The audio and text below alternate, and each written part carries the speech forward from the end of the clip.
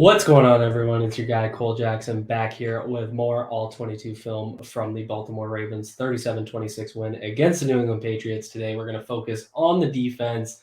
If you guys are enjoying these film breakdowns, if you want more, hit the like button, hit subscribe if you're new here, drop a comment down below to let me know what you want to see. I got Filele and Duvernay coming tomorrow, and if you guys want to support the channel, check out the Patreon page, become a Patreon member if you guys want to do that and support the channel. I always really appreciate it. Today, what we're going to be looking at is the Ravens defense, something that has been a tough subject, mostly on Twitter. And I get it. I mean, there's been a lot of yards given up. In this one, they gave up 321 yards passing to Mac Jones, which wasn't ideal. But the difference in this one is they were able to get to the quarterback a little bit. 3 sacks. They were able to force turnovers, 3 interceptions, and a key fumble that was forced by Kyle Hamilton. So what the theme of this video is, and what I want you guys to focus on, if you're going to have a leaky defense, if you're going to allow 400, 500, 600 yards, you better be forcing turnovers. And we're going to really see how the Ravens tightened up in the fourth quarter and got it done when the Patriots defense also tightened up after a huge third quarter from the Ravens offense and Lamar Jackson. So super impressive stuff. Really impressed with the Ravens' best players playing like their best players. Marcus Williams, Marlon Humphrey, Calais Campbell had 6 pressures in this game. I'm going to talk about a few of them here and how he forced other plays. Marcus Peters, Kyle Hamilton making a play. Even Justin Madubuike, who's having a little bit of a breakout year through three games, getting a sack in a key 3rd and 7 moment. So let's get into the film. Like I said, hit the like button, subscribe if you guys are new here. Let's go have some fun. Earlier in the game here, we're going to start in the first half where the Ravens are still having some struggles, but I think there's some things in here to highlight how we kind of got to the end game. Like I said in the intro, if you're going to have a leaky defense, you need to make plays. And we're going to start with the big offseason acquisition, Marcus Williams. The Ravens are in, so this is 2nd and 2 in the second quarter. The Ravens are currently up 7-3. They're going to play cover 1, which is, that's why you go out and get Marcus Williams. He gives you that deep center safety, and he's going to be able to make plays like this. So let's run it through, and then we'll break it down. There's the play action, Devontae Parker against Brandon Stevens, and Marcus Williams. So what's so impressive? So basically what Parker's going to do here is he's going to run this in-breaking route and then cut it back out. And I think the purpose is you see cover 1 there, and he knows he's one-on-one with Stevens, and that's a matchup they can take advantage of. So what to focus on here, Stevens is going to be in between the hashes the whole time, and all he's doing is reading Mac's eyes. So the pressure at the edge, I think that's important too. Watch right here, and here. So that's going to force Mac to step up right there. So Mac stepped up, and then he lobs this. And it was a little bit more of a lob than I think you'd want, but nonetheless, as he steps up and lobs it, there's Marcus Williams in between the hashes, and he's going to basically take one step back and go horizontally, down that plane. Watch this sprint. Boom, boom, boom, boom, boom. That is absurd range. And so Parker had a very legit shot on this ball. You kind of see Stevens trip up right there. This is why you get Marcus Williams. So just an incredible play, incredible range. He's been so good to start the year. So this is the same drive 2 plays later. The Patriots are in 4th and 3. They're going to motion Bourne, who's aligned out here off the line of scrimmage on the boundary. So they're going to motion him in and then basically motion him back out. I'll run this play and then I'll break it down. And Humphrey sticks him. So why this was so impressive to me is the Ravens are playing man. So you can see Brandon Stevens follow Bourne in. And basically what they're trying to do here is Parker's going to run off. They wanted the corner on Bourne to have to come back and be a couple yards off the line of scrimmage. And then he's just going to run this flat. They're going to try and get him the ball. And he's going to try and turn it upfield for the 3 yards they need. And so Stevens actually breaks on the ball. Like you can see him.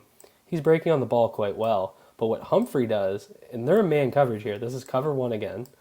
You got man here, man there, man here, and man there. And Humphrey comes off his guy right there and sticks Bourne. So I don't know if he gets it. I mean, he catches the ball. right here. I think the ball came out a little late personally, but he catches it right there. Stevens broke on this ball really well. Does he get that shoulder inside Stevens, like on this side of his shoulder, and kind of get the 3 yards? I don't know, but Humphrey made sure it didn't happen, and he sticks him. Just a heck of a play.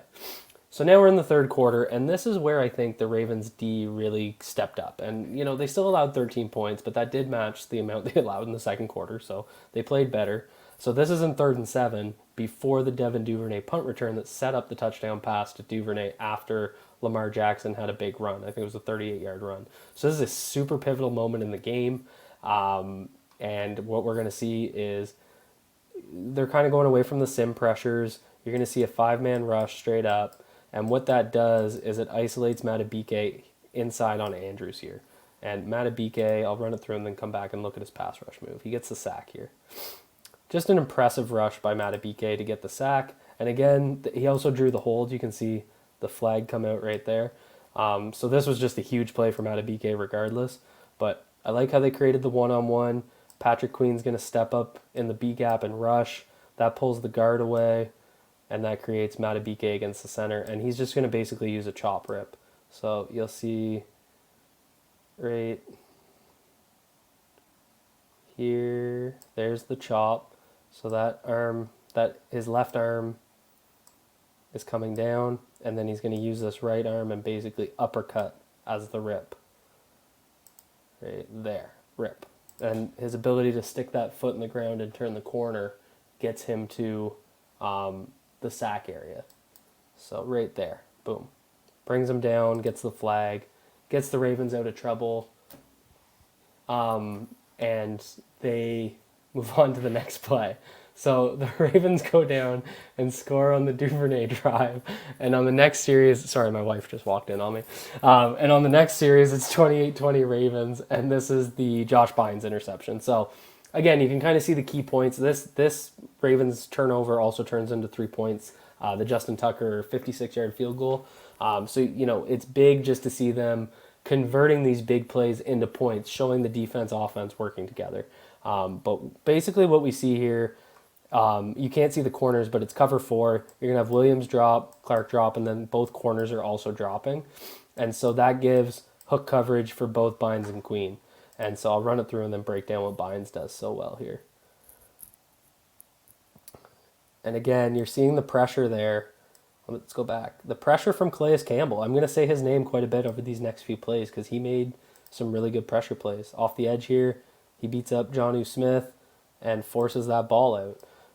But what Bynes does is he's going to backpedal, and right here he's backpedaling. And when he looks inside here, he's actually looking for the crossing route, wondering from the boundary receiver over there.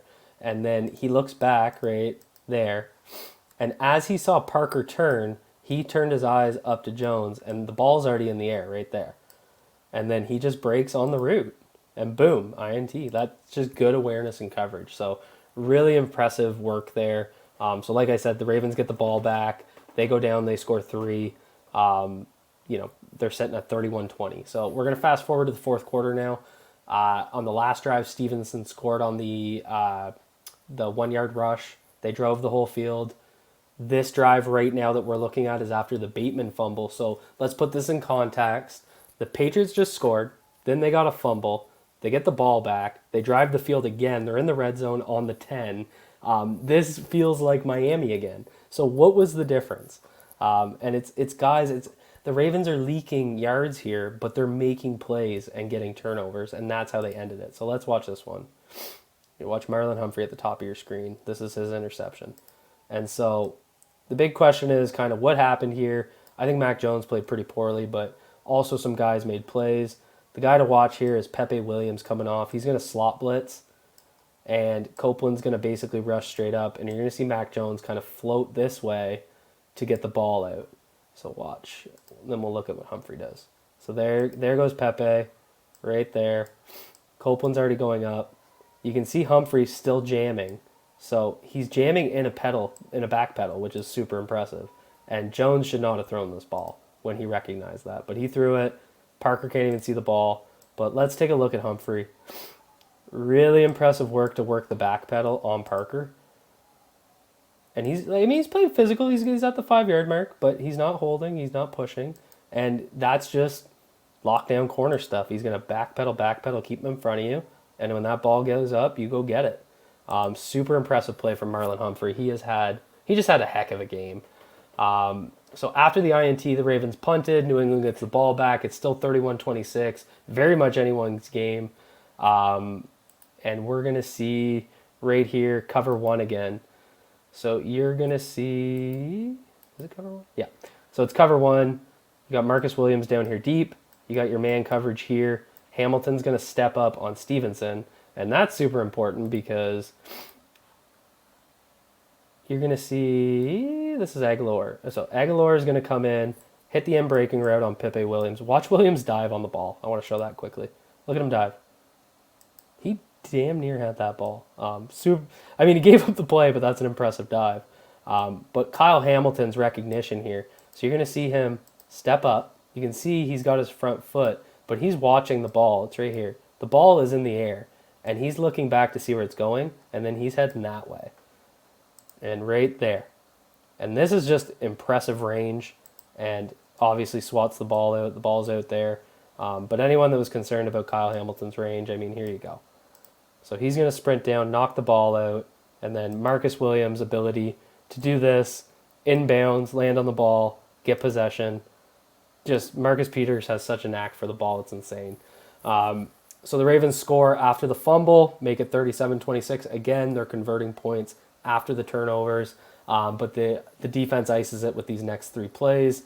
You're going to see Campbell get the initial pressure. Like I said, I'm going to say his name a few times. He's just going to win this B gap here, and he doesn't get the sack, but Copeland does, but he forces the pressure right there, and then Copeland cleans it up.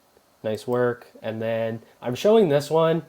This just shows what Marcus Peters does. So you're going to see Kendrick Bourne's going to get a completion right here over Chuck Clark's head.